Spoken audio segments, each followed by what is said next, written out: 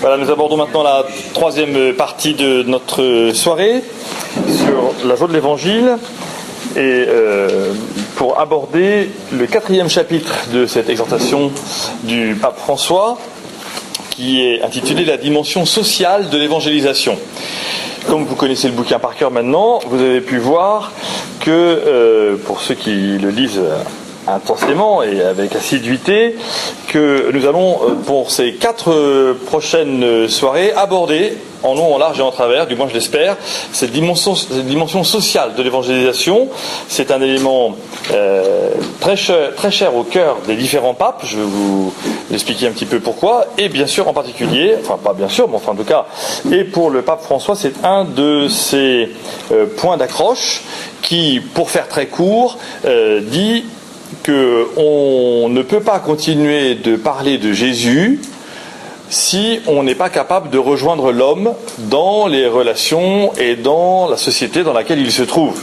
Et comment pouvons-nous donc essayer de parler du Christ, annoncer le salut aux hommes, si nous n'avons pas la connaissance de ce que pensent les hommes, de ce que sont les hommes et de la relation des uns et des autres avec la dimension spirituelle, avec leurs projets, leurs espérances et aussi leurs difficultés. Voilà, donc ce soir, nous entrons dans ce long chapitre 4 en faisant simplement la première introduction, donc sur les répercussions communautaires et sociales du kérygme, je vais expliquer tout ça, pour aborder ensuite dans les 3 prochaines rencontres l'intégration sociale des pauvres, la paix et la question du développement. Voilà, donc accrochons-nous pour cette dimension, vous allez voir, il y a un côté très fascinant et en même temps tout à fait fondé sur l'évangile et que le pape veut nous dire. Parce que, vous le savez bien, depuis l'avènement du marxisme et du capitalisme, eh bien,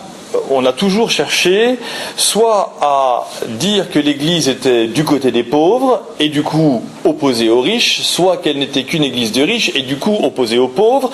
Et on a essayé aussi de chercher, d'enfermer parfois l'Église dans le fait qu'elle aurait une 3e voie à proposer et qu'elle serait donc à la tête d'une puissance mondiale avec un nouveau système politique. Or, il n'en est absolument pas le cas, mais il faut bien qu'on ait ces visions pour qu'on comprenne du coup ce que nous avons à dire au monde, ce que vous avez à dire au monde, ce que chacun d'entre nous et ce que l'Église a à dire. On a bien entendu tout à l'heure le passage qui a été cité, le paragraphe 180, où il n'y a pas qu'une dimension personnelle, mais il y a aussi cette dimension communautaire. Et donc comment est-ce que nous parvenons à articuler en permanence cette dimension personnelle qui fait que nous pouvons tous avoir un engagement, un lien avec quelques personnes ou même des institutions, et puis comment est-ce que notre Église, notre paroisse, ici ce soir à Dieppe, eh bien, est-elle capable de prendre à son compte les enjeux sociaux de l'évangélisation? Comment est-ce que ça nous marque? Je pense que d'ailleurs, un peu providentiellement,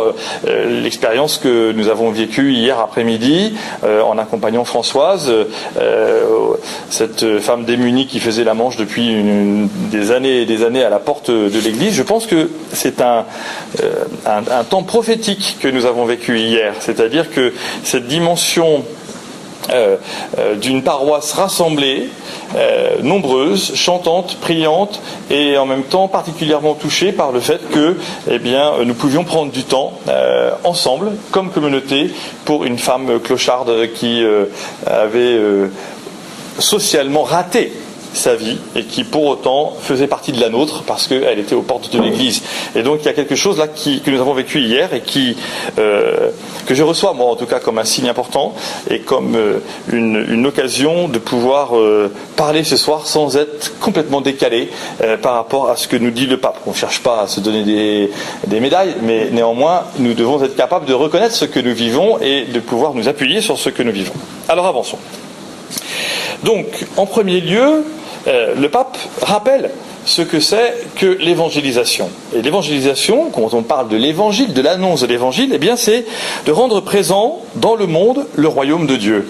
Alors rendre présent, ça va vouloir dire parfois le repérer, parfois aussi corriger les situations dans le monde qui ne sont contraires au royaume de Dieu, là où il y a de la haine, de la violence, des guerres, des tortures, là où l'homme n'est pas respecté sur ses conditions de travail, là où les familles sont explosées, là où les écoles ne sont pas en suffisamment grand nombre pour permettre à tous les enfants d'aller à l'école. Bref, toutes ces questions sont complexes, elles sont extrêmement riches et on le voit bien, elles sont immédiatement dynamiques. C'est-à-dire qu'elles doivent en fait être pour nous comme une stimulation permanente qui fait que, voilà, comment est-ce que je suis capable, par ma foi chrétienne, de rendre présent le royaume de Dieu? Est-ce qu'il m'arrive, est-ce qu'il vous arrive de dire à des personnes, quand je te vois, le royaume de Dieu n'est pas loin de toi?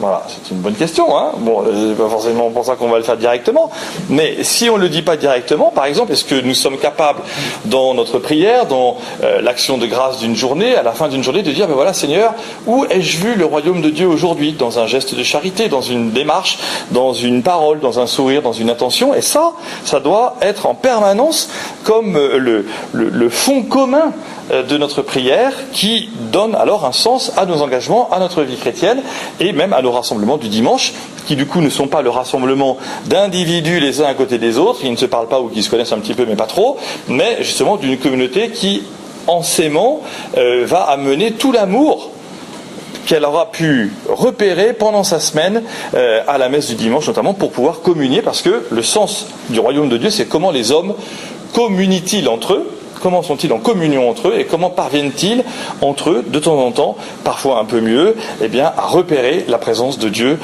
au cœur du monde. Alors, immédiatement, le pape dit, voilà, faisons attention, soyons-y attentifs, parce que c'est des choses qui nous marquent tous, et on a tous des sensibilités plus grandes.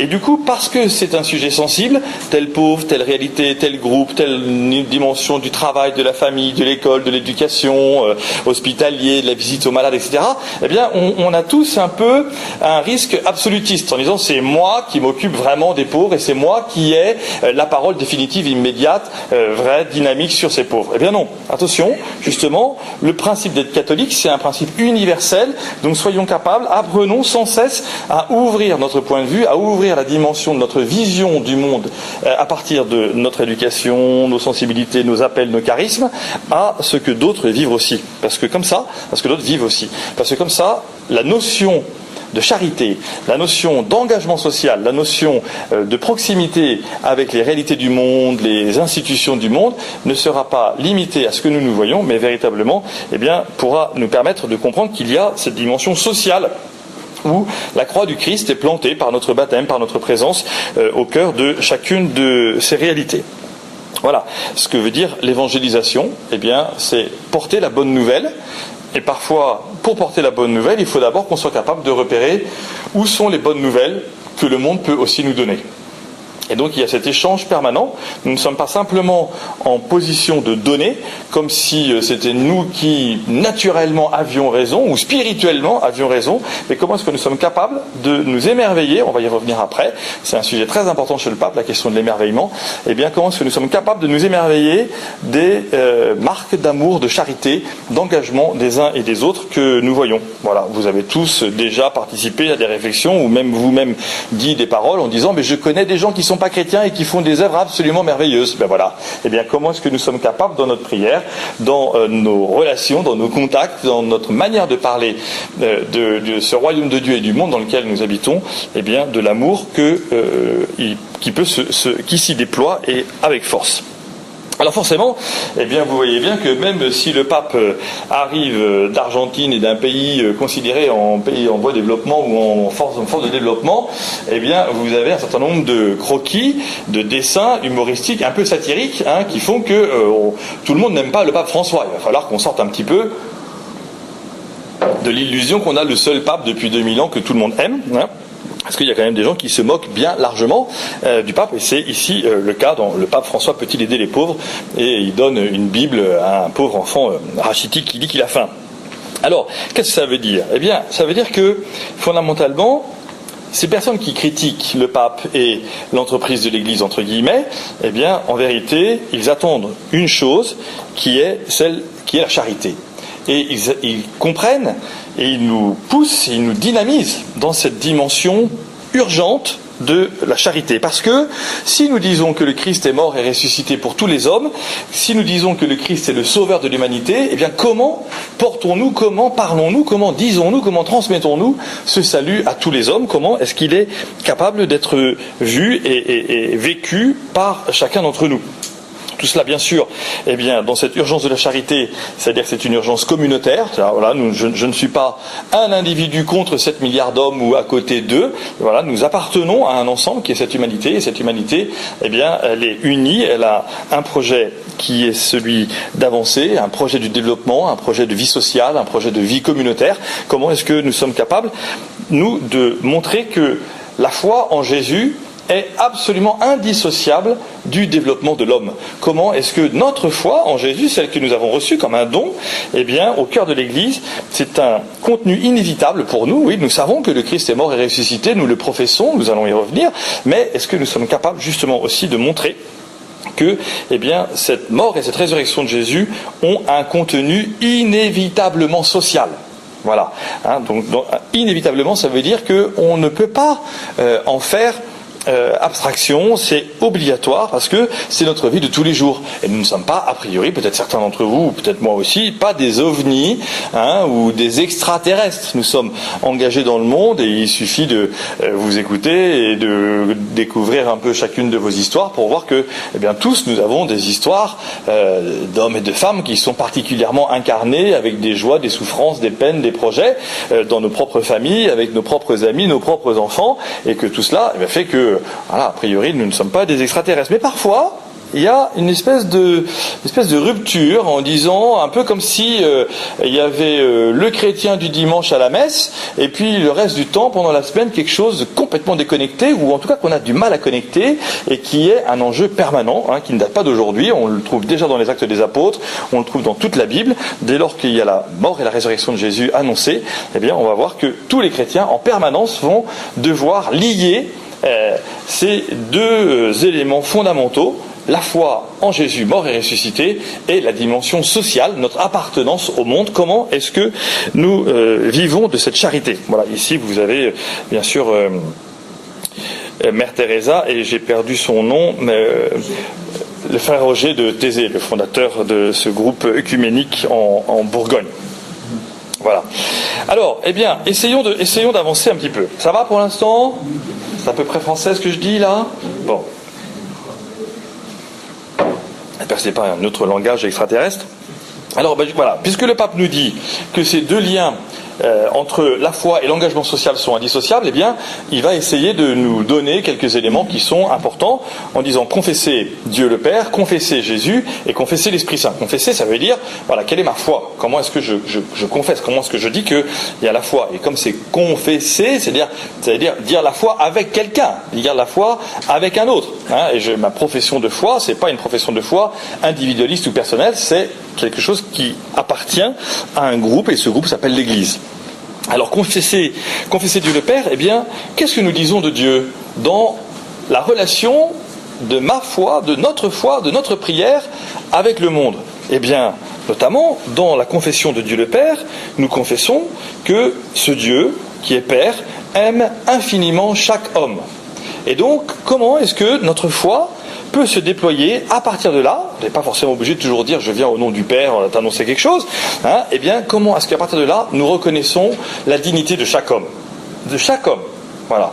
Du début jusqu'à la fin, cette dignité accordée à tous, comment est-ce que, du coup, nous entrons dans l'amour de Dieu le Père pour chacun d'entre nous? Comment est-ce que nous sommes capables, eh bien, de ne pas faire de sélection, par exemple, dans les gens que nous allons saluer, quand nous allons par monts et par vaux? Est-ce que, comme dit Jésus, vous ne saluez que les gens qui sont capables de vous rendre l'appareil? Est-ce que vous n'invitez chez vous que des gens qui vont pouvoir construire une mondanité relationnelle? Ou bien est-ce que vous êtes capable d'inviter chez vous, des gens qui ne pourront jamais vous rendre l'invitation? Jamais. Voilà. Comment est-ce que notre cœur est à ce point disponible au cœur de l'humanité, eh bien, pour avoir une espèce de gratuité absolue qui sera le signe de l'amour de Dieu le Père pour chacun d'entre nous. Confesser Jésus le Fils. Deuxième élément, vous voyez bien, de la Trinité, Père, Fils et Saint-Esprit.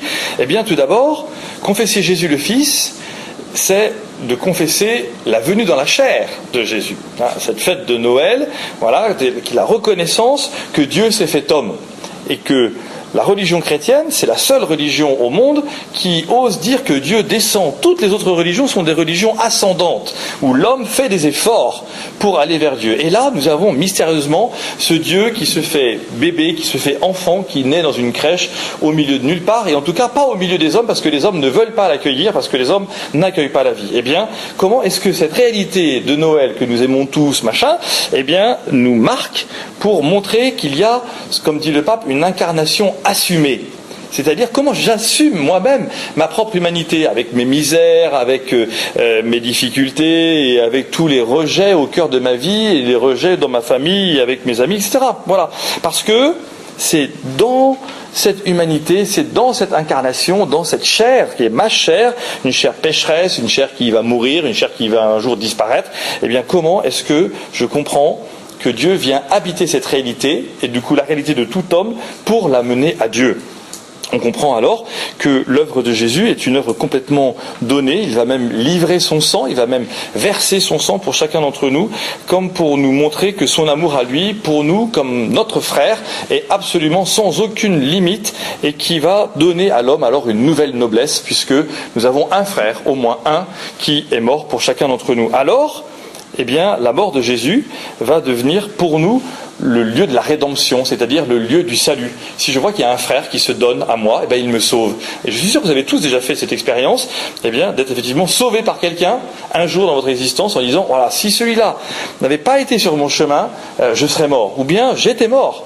Et je suis ressuscité. Lui m'a dit une parole qui m'a revitalisé, ou bien quelqu'un est venu me voir en me disant la parole que vous m'avez dite, ou bien le geste que vous avez eu, ou bien l'attitude que vous avez eue, ou bien la démarche que vous avez eue à mon égard est une attitude rédemptrice. Les gens vont pas le dire comme ça en disant bonjour rédempteur 1, rédempteur 2, hein, mais le retour, comeback, voilà. Mais eh bien, comment est-ce que nous sommes capables de repérer dans notre vie qui sont nos rédempteurs? C'est-à-dire qui sont ceux qui nous sauvent, qui sont ceux qui nous permettent de garder le chemin de l'amour au cœur d'une humanité blessée, pécheresse et qui parfois n'a plus beaucoup de lumière. Alors du coup, on comprend que l'œuvre de Jésus, parce qu'il est venu dans notre chair, est une œuvre relationnelle. Et que tout ce que fait Jésus, c'est justement pour agir en chacun d'entre nous et parfois même pour dénouer des nœuds inextricables, parce que notre foi nous permet de comprendre que rien n'est jamais fermé pour toujours. Alors on peut confesser l'Esprit Saint, c'est-à-dire cette énergie de Dieu, qui, en venant agir en chacun d'entre nous,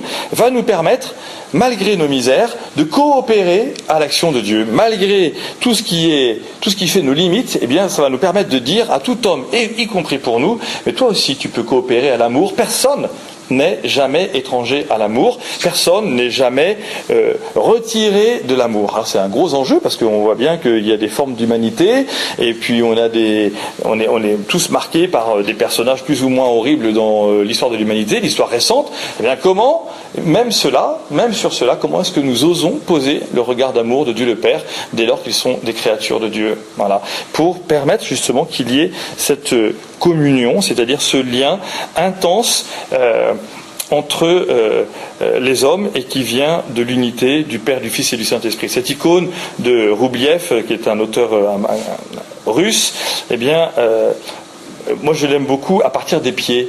Parce que si vous regardez les pieds de ces trois personnages, d'abord il en manque deux, des pieds, et puis ensuite on ne sait pas très bien à qui ils sont, ces pieds.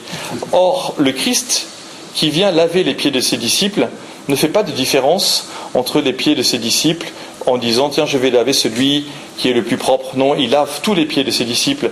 Et du coup, eh bien, ce lavement des pieds de Jésus, la veille de sa mort, eh bien, c'est le signe de cette communion qui part de la base et qui part de ce qui sent mauvais, de ce qui fait notre marche, de ce qui fait nos limites et de ce qui n'est apparemment pas très digne. Eh bien, voilà la vraie communion, la communion divine. Elle ne vient pas de la tête, elle ne vient pas des choses qui sont essentielles et magnifiques et très belles, elle vient des choses absolument misérables de notre existence, et c'est dans cette misère que Dieu nous permet d'avoir un regard d'amour sur tous ceux qui nous entourent. Parce que, alors on comprend, eh bien, que nous ne pouvons pas nous sauver tout seuls, que nous ne pouvons pas, eh bien, nous réaliser tout seuls, et c'est cette œuvre commune, cette communion entre nous qui nous permet ainsi d'avancer. Alors, eh bien, l'évangile va permettre une connexion nouvelle. L'évangile de Jésus va permettre cette connexion entre notre foi et les pieds des uns et des autres, ou les misères des uns et des autres, parce que nous savons que, eh bien, Jésus ne vient pas pour assumer en nous nos richesses, il vient pour assumer en nous et prendre sur lui toutes nos pauvretés. Alors, eh bien, notre action dans le monde va être une action pour promouvoir l'homme. Et donc, comment est-ce que, voilà, aujourd'hui, mercredi, je ne sais pas quel jour, 21 mai, comment est-ce qu'aujourd'hui nous avons promu l'homme? Est-ce que chacun d'entre nous, ce soir, en nous couchant, nous pourrions dire, tiens, voilà, est-ce que j'ai participer à la promotion de l'homme aujourd'hui? Alors si c'est peut-être pas aujourd'hui, ça sera peut-être demain, parce qu'aujourd'hui ça va peut-être complètement raté. Et ben voilà, c'est notre misère, et c'est dans cette misère aussi que Dieu vient nous parler. Et si c'était hier et pas aujourd'hui, eh bien on rend grâce pour hier, et puis on essaiera que demain soit un peu meilleur, justement parce que c'est l'œuvre de Dieu, que nous ayons tous à cœur le bien des autres, et non pas notre bien personnel. C'est un des drames de la société aujourd'hui, parce que nous essayons d'abord de nous sauver par nous-mêmes. Alors, eh bien, le pape dit que nous allons pouvoir trouver un certain nombre de solutions, d'éléments très concrets dans la Bible. Eh bien, sauf que si c'est dans la Bible, il faut la méditer, la Bible, il faut la regarder. Il faut l'ouvrir.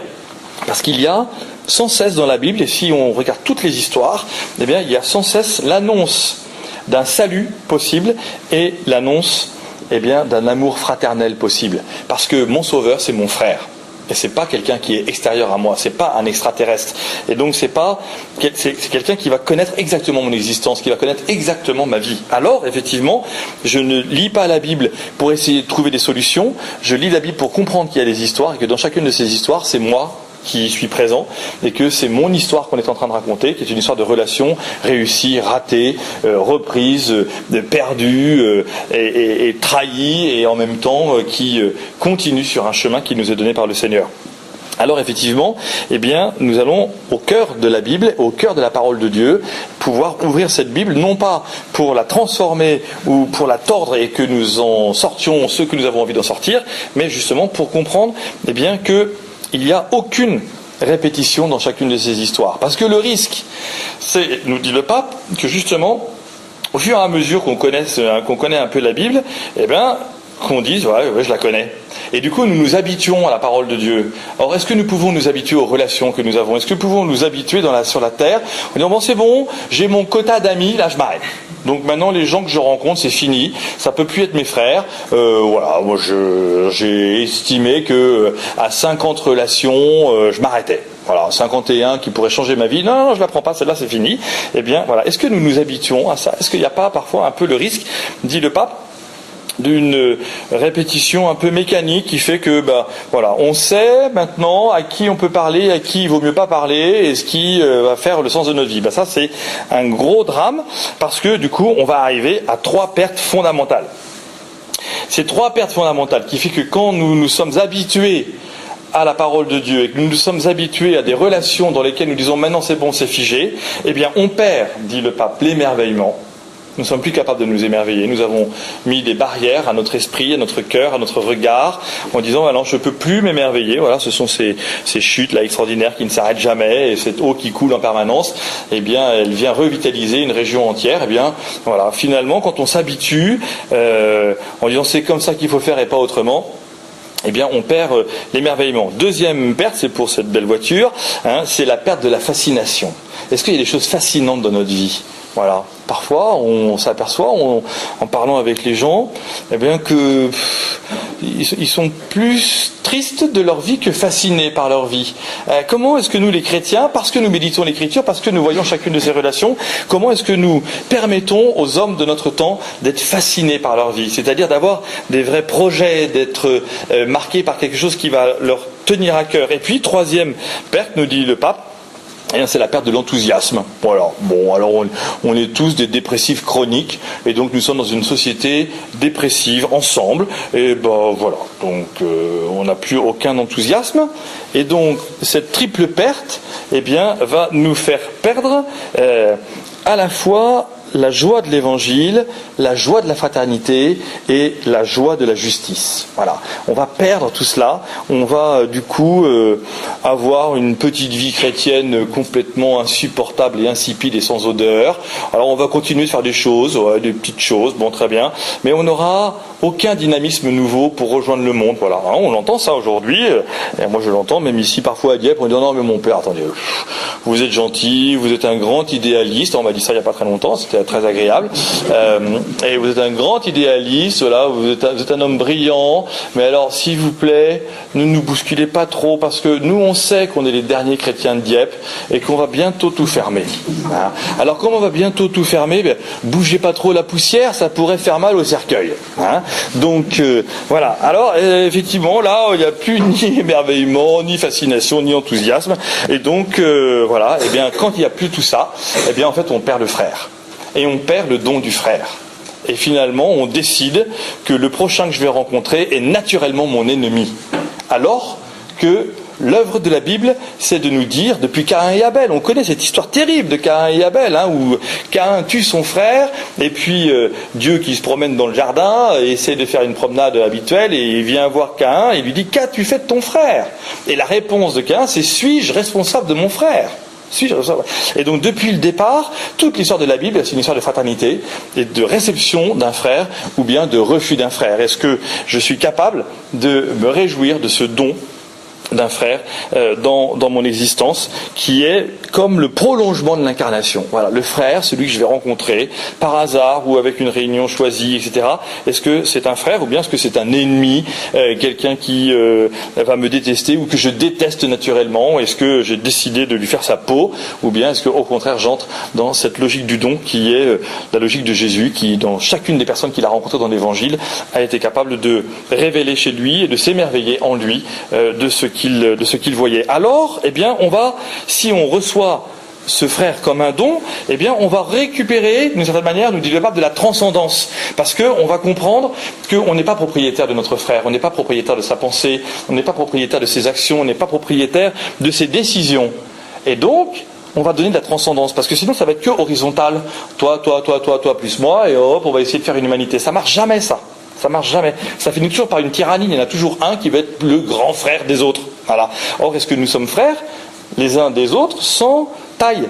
Ou bien est-ce que nous sommes capables, justement, sans cette taille, eh bien, d'entrer dans une transcendance du frère, dans une transcendance de toute action qui va donner sens à nos actions rapidement pour que nous puissions nous émerveiller. Alors forcément, si on entre dans la transcendance, qu'est-ce que nous allons redécouvrir? Le pardon. Si on entre dans la transcendance, on va redécouvrir que mon frère n'est pas parfait, parce que je n'ai pas pu l'idéaliser, parce que moi aussi, je ne peux pas m'idéaliser, et du coup, eh bien, dans ma relation avec les hommes sur la terre, plutôt que d'être toujours en train de me plaindre que ça ne va jamais, qu'il y a des trucs qui ne vont pas, et qu'il n'y a rien qui pourra changer sur la terre, eh bien, au contraire, je vais rentrer dans cette miséricorde de Dieu, dans ce pardon de Dieu qui nous est donné à nous, à tous, si généreusement, si largement, si gratuitement, et du coup, eh bien, alors, j'entre dans cette miséricorde divine, miséricorde de Dieu envers nous. Alors, eh bien, qu'est-ce qui va se passer? Vous le savez maintenant tous par cœur, on va sortir. Voilà. Ben oui. Parce que ça va être naturel, du coup. On va arrêter de penser à nous, ou je vais arrêter de penser à moi, et à mon salut, et à la manière dont je vais me débrouiller dans ma vie pour gérer les choses que j'ai décidé de gérer. Voilà. J'espère que vous avez parlé ça ce soir avec les parents qui présentent un enfant en vue du baptême.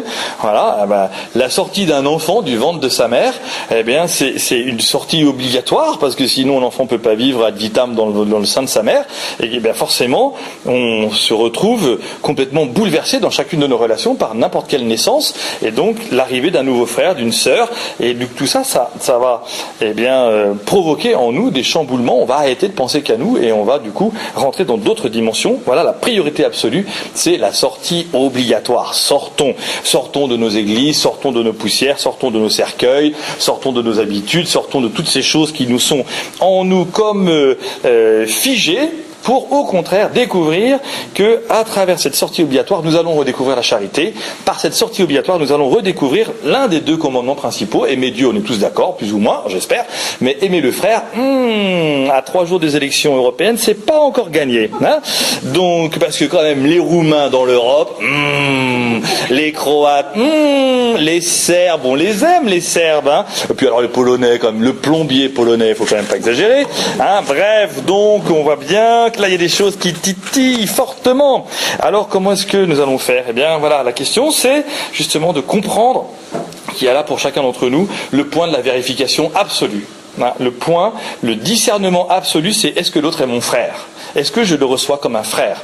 Oui, non, si c'est non, c'est-à-dire que je suis encore à l'intérieur. Si c'est oui, attention de ne pas rentrer rapidement parce que je pourrais décider que je ne peux pas accepter cela comme cela nous est donné. Or, c'est véritablement pour moi, ça sera ma réponse au don gratuit de Dieu. Voilà, Dieu se donne à moi et il s'est tellement donné à moi qu'il a demandé à son Fils de sortir de lui-même. Il a demandé au Verbe éternel, à Jésus, de sortir lui-même du rang qu'il égalait à Dieu pour venir vivre parmi nous. Et nous, pauvres humains, nous disons celui-là j'en veux pas, celui-là peut-être, celui-là pas mal, il va m'amener des choses intéressantes.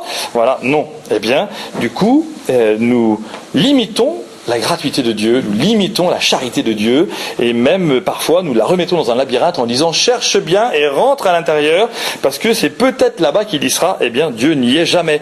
Alors on comprend que, eh bien, ce frère, ce don du frère, va provoquer en nous un service de la charité, c'est-à-dire quelque chose d'absolument gratuit, qui est, nous dit le pape, l'essence de l'Église. L'essence de l'Église, c'est la nature de l'Église. La nature de l'Église, c'est le service de la charité.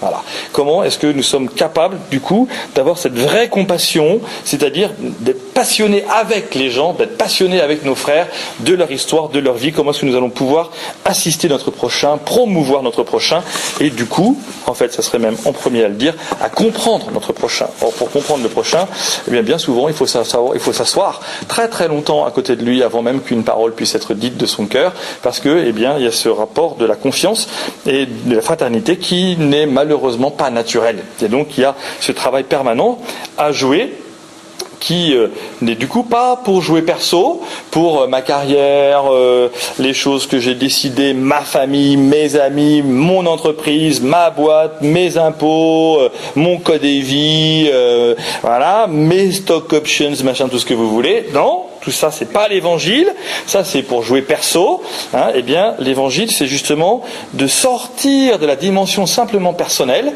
hein, pour pouvoir entrer dans une charité qui ne sera pas une charité à la carte en disant je décide de qui sont mes pauvres. Ça on est aussi très fort, hein, pour ça. Voilà, j'ai décidé de mes pauvres à moi, donc tu me piques pas mes pauvres s'il te plaît, hein. Voilà, parce que du coup ça va tranquilliser notre conscience. Bon alors mon père, moi en ce moment là j'ai 2-3 bons pauvres, hein, et je m'en occupe bien, donc comme ça si je meurs demain, paf, c'est sûr je vais au ciel. Bon, c'est bien. Bon, or eh bien nous dit le pape, finalement, la proposition de l'Évangile, eh bien, c'est une proposition qui va être pour aimer Dieu qui règne dans le monde. Ah oui, mais Dieu qui règne dans le monde, je le vois où et comment? Et comment est-ce que je suis capable de le repérer? Comment je me lève le matin en disant Seigneur, je voudrais voir ton règne aujourd'hui? Ah oui, en priant de notre Père. Que ton règne vienne. Ah, on le dit combien de fois comme ça, par répétition, sans jamais penser à ce règne de Dieu qui vient véritablement. Ouais, ça nous touche pas beaucoup. Ouais. Pardonne-nous nos offenses comme nous pardonnons aussi. Ah ben non, je pardonnerai jamais à celui-là, ça c'est mort. Hein, donc que ton règne vienne. Déjà, je l'ai ralenti ce matin, rien qu'en me levant. Hein, voilà. Bon. Alors après, vous avez des gens qui font leur religion à la carte et qui me disent bon alors moi mon père, il faut que je vous dise un truc, que ton règne vienne, je le dis plus quand je prie notre Père, et puis pardonne-nous nos offenses comme nous pardonnons, comme je pardonne pas à mon frère, je la dis pas non plus. Bon, voilà. Ah bon d'accord. Donc schlack, j'ai un espèce de notre Père hamburger, cheeseburger, fromage, j'enlève la tomate et pas d'anchois. Merci. Ok. Ben non. Voilà. L'évangile c'est pas ça. L'évangile c'est pas un évangile à la carte où j'arrive au resto en disant ça j'aime pas, ça j'aime pas, ça j'aime pas. Finalement j'aime rien et j'aime surtout pas Dieu qui veut régner dans mon cœur. Et j'aime surtout pas Dieu qui vient me dire que j'ai peut-être des frères qui vont me permettre de me convertir. Et ça, c'est un peu compliqué. Or, toute la vie de Jésus, on retombe sur les pieds, peut-être pas sur nos pieds, mais sur les pieds en tout cas, eh bien, c'est le projet de Jésus, en permanence, c'est d'envoyer ses disciples dans le monde pour que, justement, au cœur du monde, là où ils vont être, ils vont pouvoir laver les pieds des autres. C'est-à-dire devenir les frères les uns des autres, et ces disciples qui sortaient de nulle part et qui n'avaient surtout pas fait l'ENA, ni les grandes écoles, HEC, Polytechnique, ce que vous voulez, eh bien, ils avaient leurs accents, leurs histoires, leur misère, eh bien, il n'empêche que ce sont eux qui ont parcouru le monde et qui ont permis de dire aux hommes la bonne nouvelle de Jésus. Alors forcément, il y a un appel à l'intérieur de tout ça, vous l'avez bien compris. Cet appel, c'est un appel au véritable développement. Cette expression du véritable développement, du développement de tout l'homme, c'est une expression qui vient du pape Paul VI. Donc, ça fait déjà plus de 40 ans qu'il l'a dite.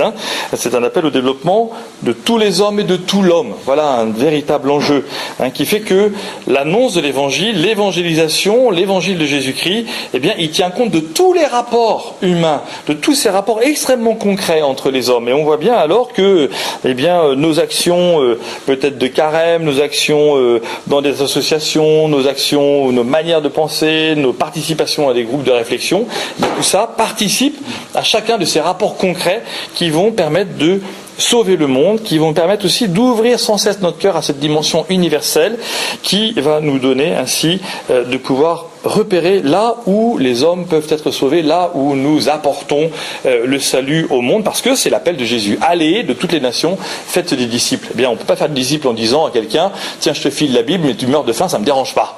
Voilà, ça c'est inconcevable, bien sûr, ça, vous l'avez bien compris. Et là, le pape a une très belle phrase que je ne peux pas résister de vous citer, qui est un peu compliqué, vous allez comprendre, ou un peu, voilà. L'espérance chrétienne qui cherche le royaume eschatologique engendre toujours l'histoire. C'est-à-dire que cette espérance chrétienne, c'est le fait que l'homme peut changer.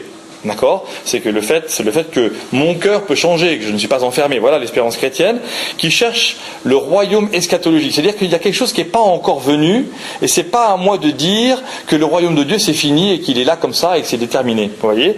Eh bien, ça engendre toujours l'histoire. Ça engendre, c'est extraordinaire cette phrase, parce que ça veut dire que notre espérance, elle va créer de l'histoire. Notre espérance, le fait que j'ose dire que l'homme n'est pas clos, qu'il n'est pas fermé, qu'il n'est pas buté, qu'il n'est pas borné, eh bien, va me permettre de créer de l'histoire. Parce que je vais le rendre à l'histoire. Parce que ce frère, que j'avais peut-être ignoré dans mon histoire, que j'ai peut-être supprimé de mon histoire, eh bien, je le rends à sa propre histoire. Et alors, ensemble, nous allons pouvoir créer cette histoire. Ça va toujours ? Très bien, voilà l'espérance chrétienne et l'histoire, merci pour l'image. Alors du coup, c'est bien gentil, mais on a quand même besoin d'un peu de base. Donc ces bases, c'est quoi ? Eh bien, le pape rappelle qu'il y a un compendium, c'est-à-dire une espèce de concentration d'encycliques, de documents fondamentaux qui s'appelle la doctrine sociale de l'Église. En gros, depuis 130 ans, les papes, en voyant le changement de civilisation, c'est-à-dire c'est quoi notre changement de civilisation ? C'est passer de l'ère agraire à l'ère industrielle, d'accord ? En gros, bon. Et donc, depuis Léon XIII, en 1890, le pape Léon XIII, eh bien, vous avez à peu près tous les 5-10 ans un document tout à fait essentiel, écrit par les papes, qui fait une proposition pour le temps que nous sommes en train de vivre, pour dire, attention, là, il y a quelque chose de nouveau qui se passe. Voilà, donc vous avez le pape Benoît XVI qui a écrit des documents absolument extraordinaires sur les relations à la finance, sur les relations au développement, sur les relations à la mondialisation, que tout le monde n'a jamais lu, bien sûr. C'est dramatique, mais c'est comme ça. Et donc c'est un gros travail ici à faire pour chacun d'entre nous. Et ici à Dieppe, j'aimerais qu'on puisse travailler cette question de la doctrine sociale de l'Église et de l'enseignement social de l'Église, parce qu'il y a vraiment des sujets très importants, nous dit le pape, parce qu'à l'intérieur de ce compendium de l'enseignement de l'Église, on ne va pas rentrer dans des détails de l'organisation de la vie sociale à Dieppe. Ça, c'est notre mission. Par contre, il y a l'enseignement de l'Église qui permet d'être extrêmement concret sur des sujets sur lesquels il faut qu'on puisse travailler. Eh bien, c'est à nous de trouver pour Dieppe les détails de l'engagement et de la promotion de l'homme pour nous comme chrétiens, auprès de tous ceux qui, auprès de qui nous sommes envoyés. Alors vous voyez bien où le pape veut en venir, j'espère. Le problème aujourd'hui, c'est que, eh bien, on essaye d'interdire aux religions d'avoir leur place dans la sphère publique de la société, et que notamment par notre France, pour prendre l'exemple de la France, nous avons aujourd'hui une notion de la laïcité qui est en fait une notion anti-religieuse. On veut interdire aux religions d'avoir leur place dans la société. Alors on n'a qu'à détruire les 66 000 églises, mosquées et temples et synagogues de France. comme ça on sera peut-être tranquille. A priori, c'est pas comme ça que ça va marcher. Mais en tout cas, le pape dit, on va pas pouvoir s'arrêter là, il ne faut pas s'arrêter à ça, il ne faut pas être bloqué par des lois, etc. Ça n'a aucun sens, parce que de toute façon, l'homme continue d'être en relation, et puisque nous sommes toujours en relation les uns avec les autres, eh bien, on ne pourra donc pas limiter la religion à la sphère privée, tout comme, et ça c'est aussi un point assez important, comme si aussi la seule promotion des chrétiens était de mener les âmes au ciel. Alors ça, c'est un truc très important de la part du pape. J'ai mis du temps à le comprendre parce que je ne comprenais pas très bien ce qu'il voulait en venir. En fait, si on limite la religion à la sphère privée, c'est une volonté politique. On l'a bien compris, d'accord ? C'est-à-dire l'organisation de la cité, c'est sans la religion, et on met les religieux chacun dans la sphère privée. Ils interviennent entre eux, mais ils n'ont pas le droit d'intervenir à l'extérieur. Mais il y a aussi un risque à l'intérieur de cette vision, qui est le risque pour des chrétiens de dire, puisque nous n'avons plus le droit d'intervenir dans la société, nous n'allons nous intéresser qu'au salut des âmes. Vous voyez bien ce que ça veut dire. C'est-à-dire que, voilà, du coup, la promotion humaine, elle va disparaître. Et du coup, on va dire, nous, finalement, nous sommes les spirituels, et donc on va apprendre aux gens à prier, et ça va suffire. Voilà. Eh bien, je suis au regret de vous dire que ce mouvement n'est absolument pas neutre dans l'Église en France aujourd'hui. Voyez, et que je connais un certain nombre de groupes, un certain nombre de prêtres, un certain nombre de laïcs qui disent l'enjeu c'est d'abord d'apprendre aux enfants à prier, à faire le signe de croix. Mais oui, je vais pas dire non, mais l'enjeu de la vie en société, je ne crois pas que Jésus il ait dit ça. Et la beauté de l'évangile, c'est bien plus large que simplement, même si c'est très très beau, de vouloir mener les âmes au ciel. On ne mène pas une âme au ciel si son corps va mourir en enfer. Ça n'a aucun sens. Voilà. Donc du coup, nous avons quelque chose à dire sur la vie en société, et donc il y a les pasteurs, les prêtres, dit le pape, les pasteurs ont le droit d'émettre des opinions sur la vie des personnes, sur la société, et parce que nous voulons travailler ensemble au bien commun, et que dans la mesure où nous n'avons rien à gagner dans ces relations sociales, je ne vais pas devenir Premier ministre ou maire de Dieppe parce que j'ai dit des choses importantes sur le travail, du coup ça nous donne de pouvoir, nous les chrétiens, prendre une parole forte. Et d'ailleurs, le pape termine son passage là en disant « Qui oserait enfermer aujourd'hui François d'Assise et Mère Teresa de Calcutta ?» Qui sont des exemples universels. On pourrait penser pour nous, qui a essayé un jour d'enfermer l'abbé Pierre ? Qui a un jour essayé d'enfermer Sœur Emmanuelle ? C'était impossible, c'était des vrais aiguillons. Et qui leur a demandé d'arrêter de dire que c'était l'abbé Pierre ou Sœur Emmanuelle ? Personne.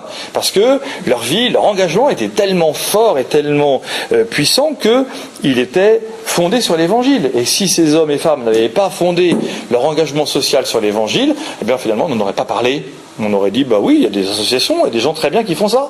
Mais là, on avait une espèce de personnalisation de l'œuvre sociale de l'Évangile qui était repérée et repérable par tout le monde. Alors du coup, ça permet effectivement à l'Église, on le voit bien, de se positionner sur la question fondamentale de la santé de nos institutions. Voilà, nous avons le droit de dire qu'il y a des institutions qui sont malades en France, en Europe, dans le monde, et qu'il faut peut-être les revoir. Nous avons le droit de dire qu'il y a des institutions qui ont détourné leur vocation première, qui était peut-être d'aider des groupes ou des nations, et qui ne s'intéressent plus aux citoyens ou aux différentes situations dans lesquelles ils peuvent se trouver aujourd'hui.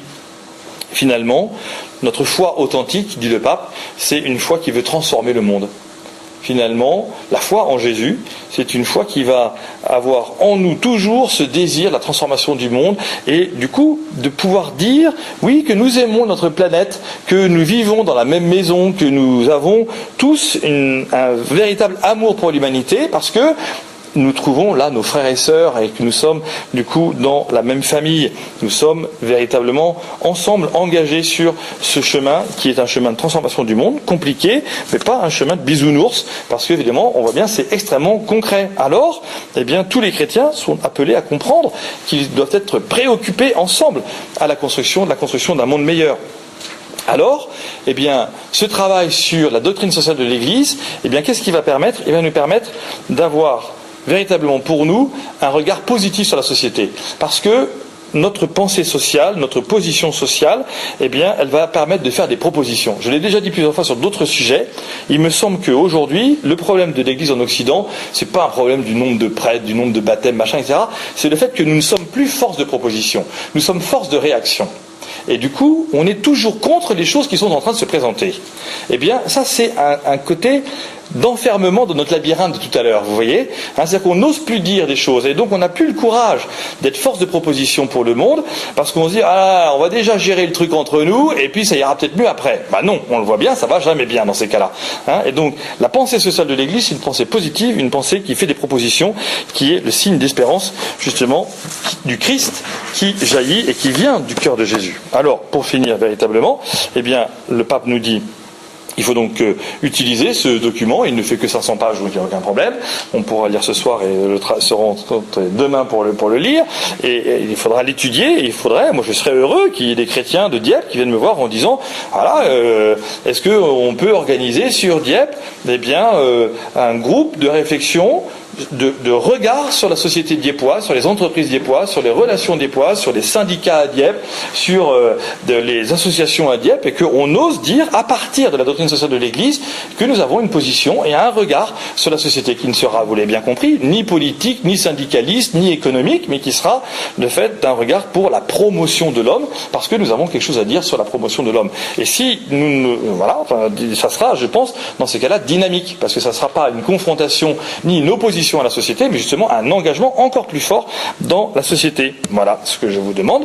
Eh bien, à vous, les chrétiens, c'est pas forcément au curé d'avoir toujours toutes les idées, ni toutes les initiatives,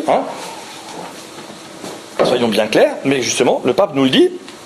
Voilà, il y a des encycliques, il y a des documents pontificaux, il y a des documents super larges, super importants qu'on peut travailler. Ça s'appelle le compendium de la doctrine sociale de l'Église. Vous voyez qu'en plus, l'avant-propos était fait par Monseigneur Descubes, notre archevêque. Ça serait quand même dommage de ne pas connaître ce bouquin-là. Et du coup, eh bien, c'est à nous d'analyser maintenant et d'entrer dans cette analyse pour être force de proposition chrétienne de la vie sociale, maintenant, ici à Dieppe, et pour demain, et pour nos enfants, parce que nous croyons à cette société dans laquelle ils vivent et que nous aimons cette société dans laquelle nous aussi, nous avons nos frères. Je vous remercie.